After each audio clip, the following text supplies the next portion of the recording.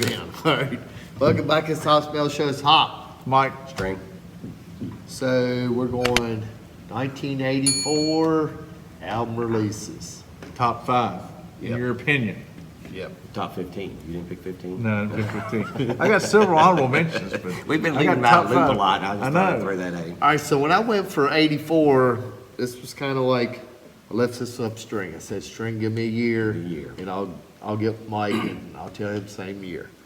And I was, the first number popped up was 84, and I was like, let me go look, see what all came out. And I saw it was like 1,000 freaking albums came out that year, so I was like, yeah, we'll roll with that. There'd be plenty to choose from anyway, so. And there was a lot of good, but before we started recording today, I got with Mike because me and him, evidently, we got into it about the same time. Yeah. Metal-wise, and I got thinking about that today. I was like, I wonder how, when Mike, got into the whole metal ride, if it was the same as me, because I remember, these albums. But I don't know if they was such a high impact on me when they first dropped. No, they weren't. Some of them weren't. One was for me. Well, there was a couple that was. Yeah. And then everything else kind of maybe not that year or like the next year, but maybe a couple years later.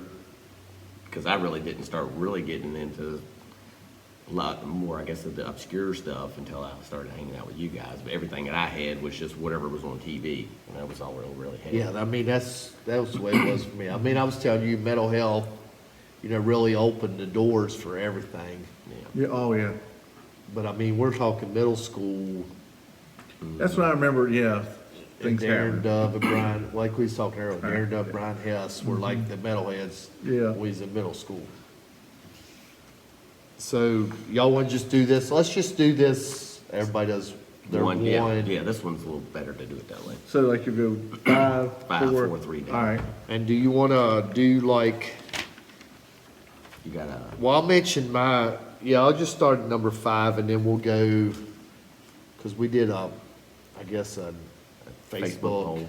which everybody come to Facebook, Hubs Metal Show group, if you want to get in on some of these polls.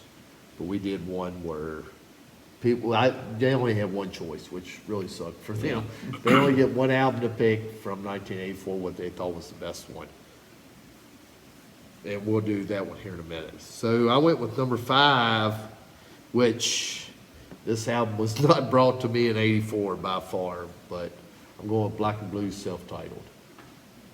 I don't know if any of y'all Black and Blue fans. Yeah. I like a handful of stuff. I do too. I'm not probably where you're at on it, but they got some stuff I like. I Oh, think, they're a pretty underrated band. yeah, I think so too. I think they had the production and, their stuff sounded good. They had the songs. I thought they had everything they needed to make it big, and they just did kind of like Y&T. I mean, I don't know. Y&T's a little bit bigger band than Yeah, Black and Blue. yeah. Would y'all think so? Yeah, I think so. Yeah. Oh, yeah. Because I think they were around well before 84 YT were. That's what I'm going with, Black and Blue stuff. My number 5 was 1984, a Van Halen. Yeah. I mean, Jumps went through that album. Yeah. That's Oh, really. yeah. But then you start getting into hot. Look at Hot for Teacher. I mean, just. The video alone and the intro. Oh, the yeah, intro just- to the song. Yes, and mine was number 5. Yeah, and I think everybody who probably had that album. Oh, It was just because the Jump was the big thing. Oh, yeah. Panama. Because what was it? Was videos? Was it late night? What was that thing called? Well, there was Night Tracks. There was, Was that videos you stay up? Like it came on like 11:30. Yeah, I there think was they a couple played it. different ones. Yeah, because Yeah, Friday was night, MTV yeah. around in '84? Well, not for us. Yeah, not for my me. house. Yeah, not mine either, so. Didn't have my house. Anyway, 1984. Yeah. So my number 5, I'm going with Stay Hungry, Twisted Sister. And Hopper mentioned this. He was probably shocked that I picked this. I think it's a damn good album, song for song. I mean, it's solid all the way through. There's a lot of, I guess, I don't want to call them B-side tracks, or I guess deep tracks that's probably on there that I care for, probably more so than some of the bigger hits on there, but like Burning Hell. Like that- SMF. Yeah, SMF. That made my list. The Price. Yeah. I mean, I Want to Rock and We're Not Gonna Take It Yeah. are two, Well, those like are anthems are anthem just songs, still, yeah. I mean, yeah. and they were just, that album, I agree with you, it just exploded. That album was huge. Is that now, that's what I was telling him. Now, is that your favorite Twisted album? Yeah, as far as the album as a whole, yeah, now they got some songs, I like. I tell you an album I like from Twisted Sister that was never went anywhere, was Love Is for Suckers.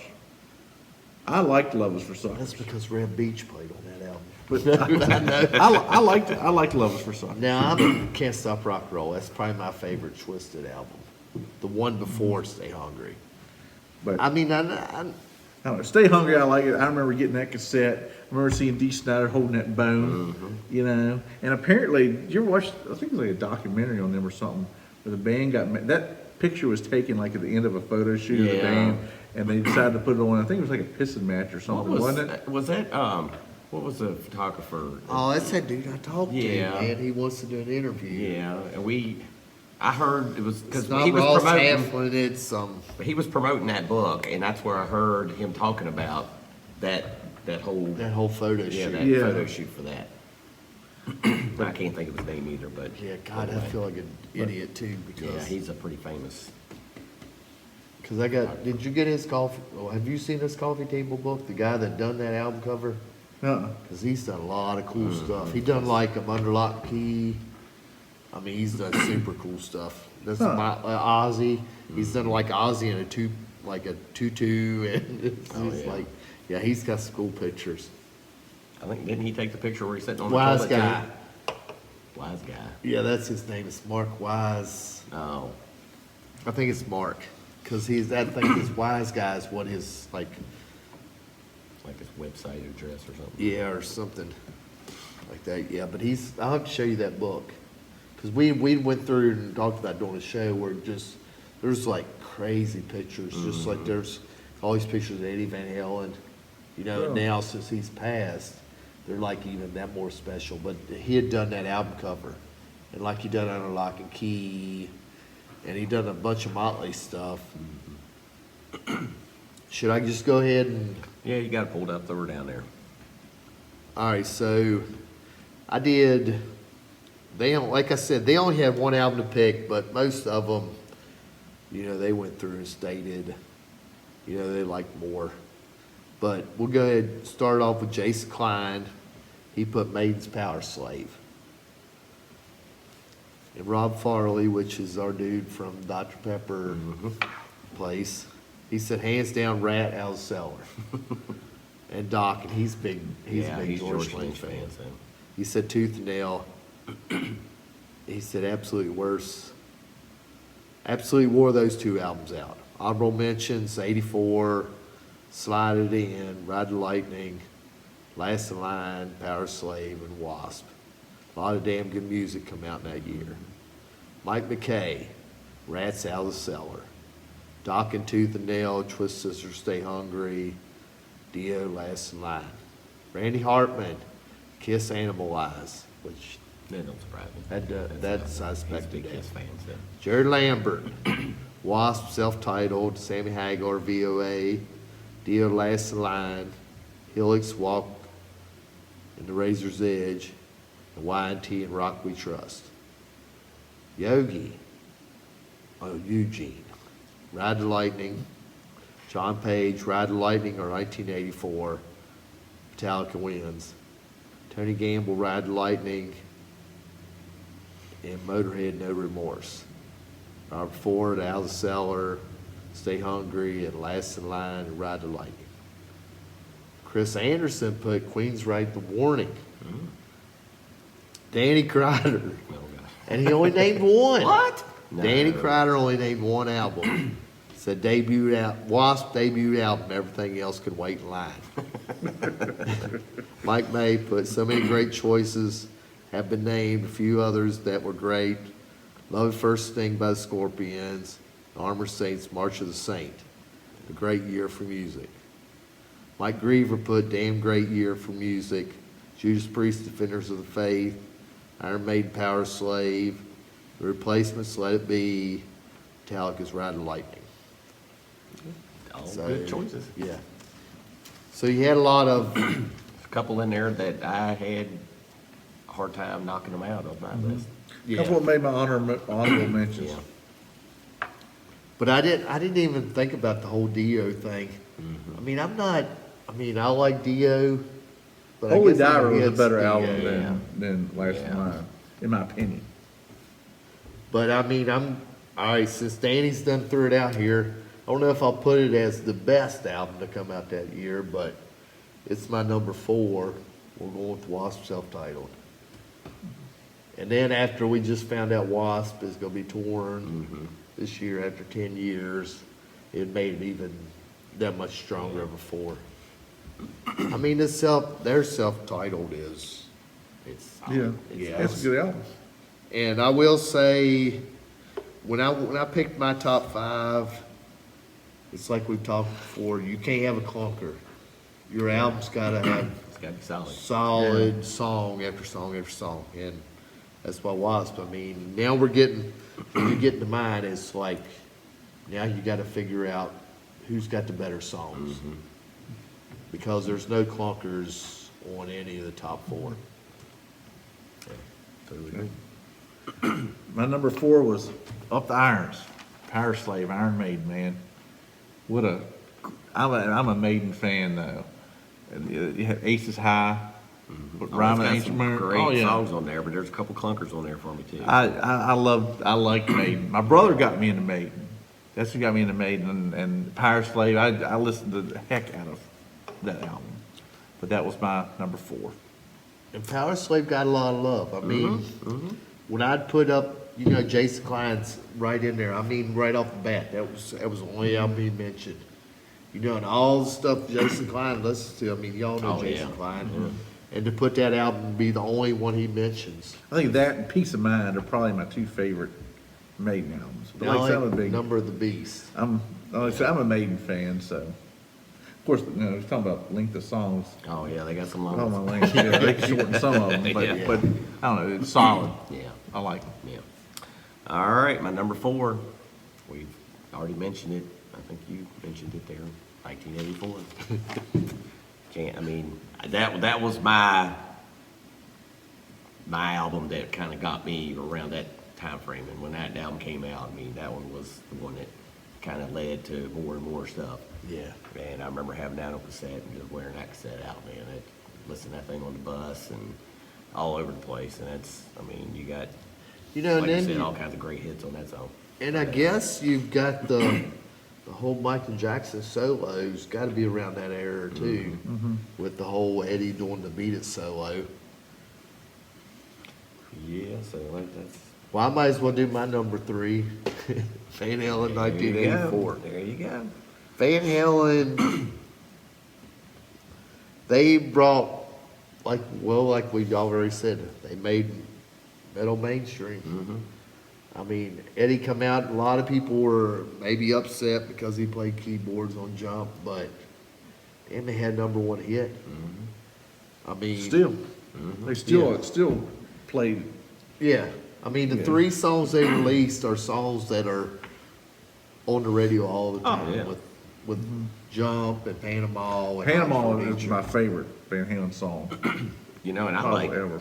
I like Drop Dead Legs. I used to remember playing that one over and over a lot. Top Jimmy. I really like that song. Top Jimmy was a good song. Yeah. When they even talked about I'll Wait, they think that Van Halen might have missed out on having a number 1 hit because they never released that song. I mean, that song, and that whole album's strong. I think Yeah, it's just, yeah, it is. there's not a clunker on there. And to note, and what's weird is that was the end of it. That was the end of the Roth era. Your biggest album, and then they Yeah. ended. But they had a pretty good replacement. Yeah, I was gonna Yeah, say, they they, did came, do- they came yeah, out they swinging did. after Yeah, that. Yeah, so- they did. Yeah, they did. But I mean, it's just kind of odd when you go out thinking they're going to go out on top, but it didn't hurt them none No. the first time. Yeah. Oh, yeah. But there's number 3 for me, 80. My number 3 was Love at First Sting. That was the first cassette tape, hard rock cassette tape I ever bought. Really? And oh yeah, that's the first hard rock cassette tape I ever bought, like with my own money. And I played it and I loved it. And I'd always trade, like we was talking earlier, Scott Heingarten up here, John C. Myers. He'd always bring another album, and he'd trade cassettes for a couple Yeah. days. And he always wanted to have that one, so that was my number 3. So That was did the first everybody have that friend that they always, because I did with Jerry Ritchie, because it was like we'd always swap out stuff. Because he'd bring out, you got to hear this hop. What do you say, hop? But Jeff, you got to hear this. Scott and I swapped a lot of stuff. You know, I'm not a big Scorpions fan. Like, I don't know why. It's like they got a lot of good, decent, good songs, but And live.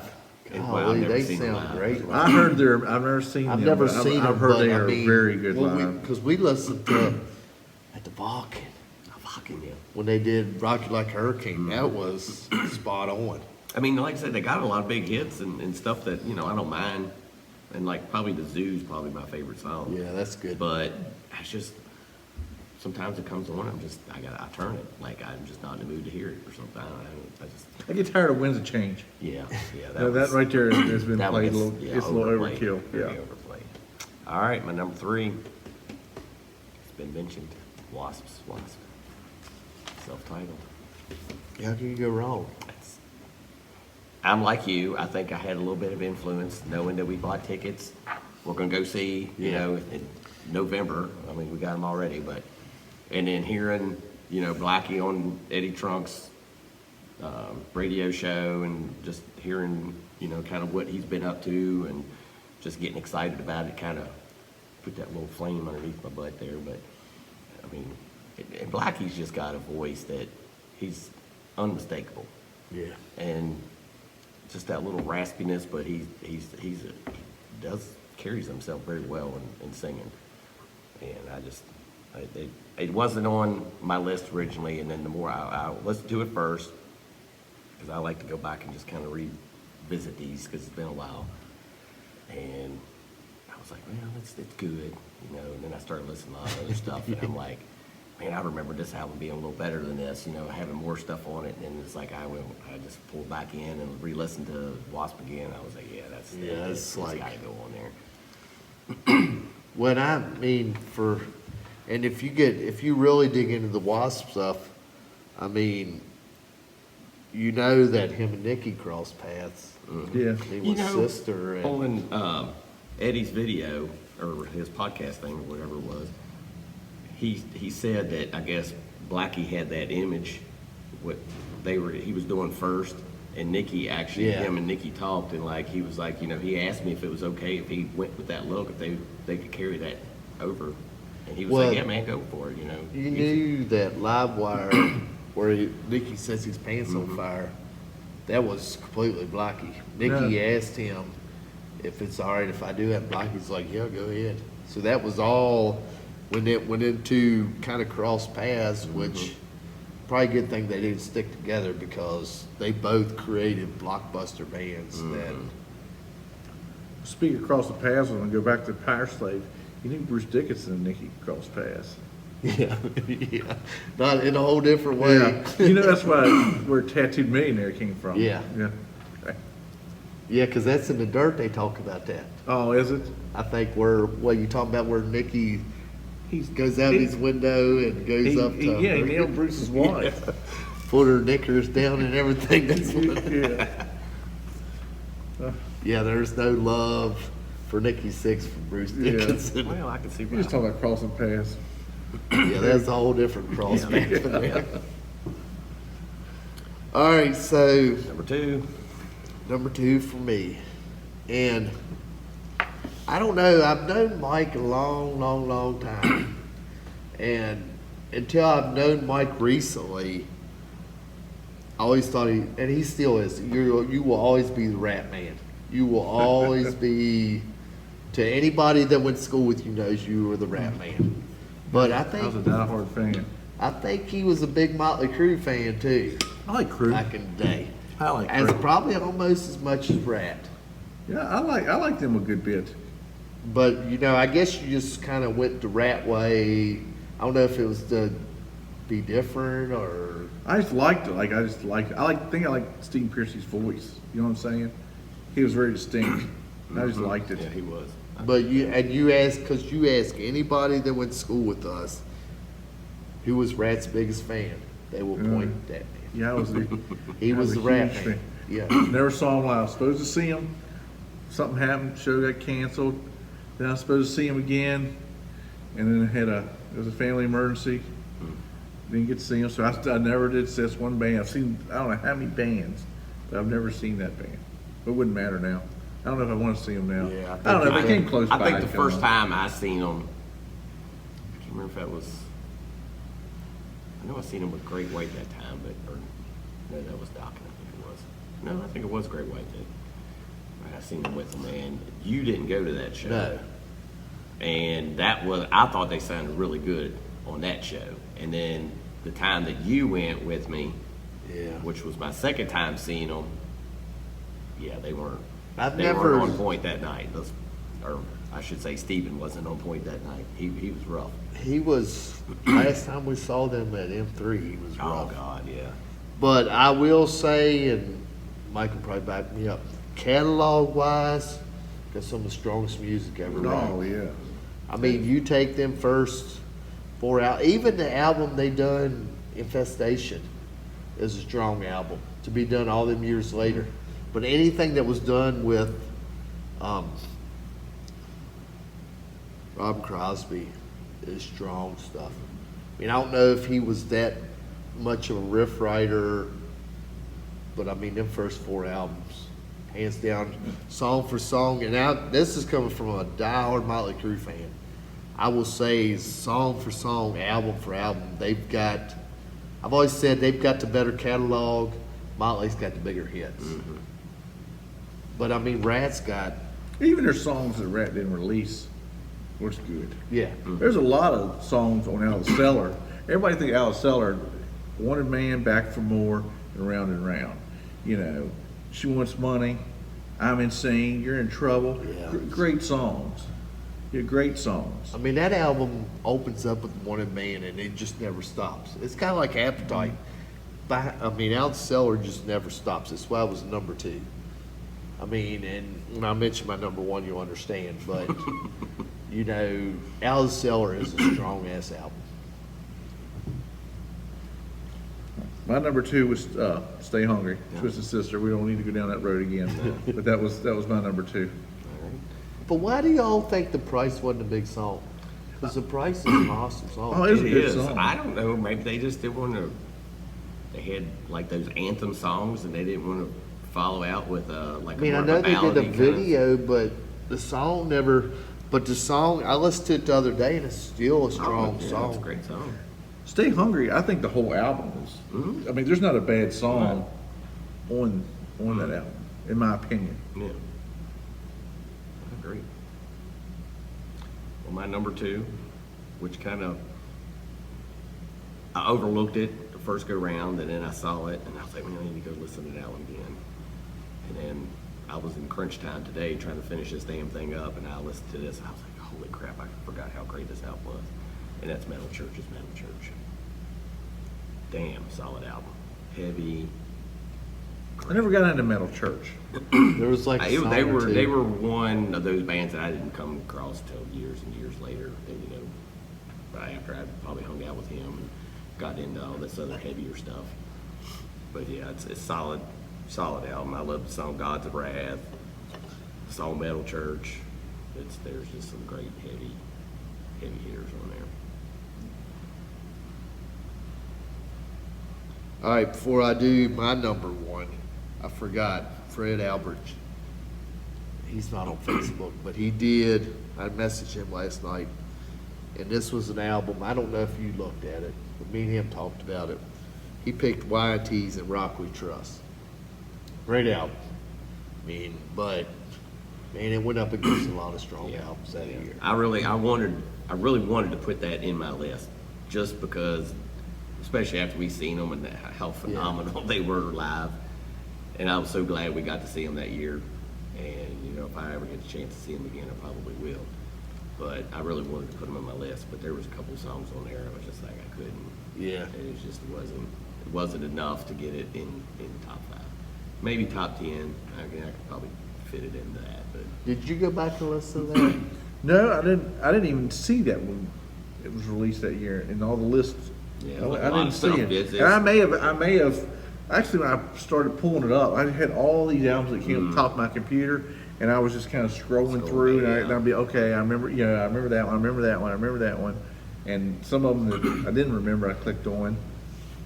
But it's But- like you said, you're putting them up against, I mean, you're putting it up against a lot of strong albums. Yeah. And there's a couple, I can't think of the damn name of the song now, but there's one song in there that I really, really liked. And I think they actually released that song, and I done lost my train of thought, but I mean, there's some great songs on there, but like I said, it just wasn't enough. Yeah. Just Well, I to mean, kick yeah, it in. you look at your list and it's, Mhm. all right, so I guess my number one, and the first time I heard this album, I'm not gonna lie, I hated it. It was the worst stuff. I was like, man, this is too freaking heavy. I don't get it. Cause they were becoming huge, is Metallica's Ride the Lightning. But now that I look at this whole list I had, the album's probably aged the best. I mean, and I told String at work last night, I said, if this ain't his number one, he's gonna catch a bunch of shit from me. It's hard as he fights for this That's album. my favorite album from them. It's the one that got me into them. But and I'm like I gonna said, pick that album. I don't know if I mentioned this earlier in the show, but when we was at work, we pretty much know what Mike's number one's gonna be too. Just It was out of the cellar. yeah. Out of the cellar. Metallica didn't make my top 5. They're in one of my honorable mentions. It's a great album. For Whom the Bell Tolls is one of my favorite Metallica songs. And I know I'm with you. If I would have heard that in 1984, Oh yeah. I would have probably listened to half of it and been like, I just can't go any further. But I then, probably like would've been you, the same way. I could throw it on right now and, Yeah, get it's get like- into it easy. I wish I It's could- an excellent album. I wish I could remember what year I actually first heard it, because it was not 1984 by any means, but it was, I was still in, I'm pretty sure I probably was in high school at that point, but I don't remember what grade I was in, but there was a boy that lived a block behind me, and that he had that cassette, and I remember him playing it, and I got into it, and I was hooked. And that's why, like I said, that's gonna be my number one also, but, that's what got me into them. I bought it with White Snake. So you had Still the Night and Fight Fire with Fire. It wasn't even close. It was Nowadays like- it would be. Yeah, It'd be the totally yeah. the Now opposite. it'd be the complete opposite. But it was like God, when I remember listening to Fight Fire with Fire, and I'm like, I don't want to get it. Now it's like I look at it, I'm like, oh, I get it. I totally get it now. Yeah, I did little notes here, nothing to explain here. I Yeah, think I mean- I've preached that album enough. Well, it's like 3 of their biggest anthem live songs. I mean, For Whom the Bell Tolls, Fade to Black, and Creeping Death. I mean, they're all off that. And it's Cliff Burton. When we did the Wikipedia, should we go ahead and read some of the stuff that happened Yeah, I didn't actually read, in that was. 1984? I read, what's his face, can't think of his name, the drummer. Rick Allen. Yeah, Rick Allen. Rick Allen lost his arm in 1984. And it says Deep Purple reunites. That was an honorable mention for me. That was a cassette that I had, Perfect Strangers, and man, I just Was used to that- listen- I used to listen to the shit out of that cassette.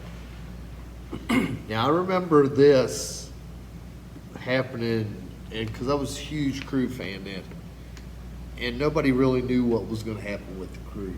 Was when Vince killed Yeah, I Razz. remember that happened. You know, even when they talked about it on, The Dirt, when they talked about it in the movie, it's still, it wasn't as big of a deal, I don't even think on there as what we remembered in real life. When it happened, because it's like, what's going to happen with Motley Crue? What did he get out of that? I don't He remember. got like, what, 30 days? The 30 days in probation or something? And they were still doing whatever. I don't know if Vince was, but everybody else was you know, not slowing down at all. I mean, Vincent just killed somebody. And Nicky, I mean, he was probably more trash than he ever was. And then this is Spinal Tap. Yes, excellent movie. Excellent movie. Did you ever see that movie? I got it on DVD. Yeah. Gosh, it's a great movie. I love this. That's a Spinal lot of Tap. funny shit in there. Oh my god. It's a lot of stuff, and you listen to these bands talk, and they can relate to that Yeah, stuff. yeah. You know, where they're going through the hallways trying to find figure the out how to get on stage, stage. or get stuck in the props, or The thing you hear the most still is turn up to 11. Yeah. yeah. Turn it up to 11. Well, it says that right here we got the debut albums of both Saint Vitus and Trouble Palms Night. I don't even. I know. have that Trouble album. I got that on I CD. hadn't even heard of it. They're never- like doom metal. And then, should we go ahead and tell them some of the bands that come out? I don't know, we're rolling That up year. on 31 minutes here. We can't, Good lord. we're gonna start dropping people like flies Yeah. here. See, we should roll out of here then. Yeah, Since we're already that far in. All right, anyway, list your album down in the comment section. What's best Or albums Albums, That, they can um, do their top 5 on the list there. that come out that year? Man, that reminds me, I'm going to cut some of this out. But we did do a poll on YouTube also, where we had people name the albums that they liked in the community tab for '84. We had 6 people commented. This person said, "Man, if I was only live, would answer his question.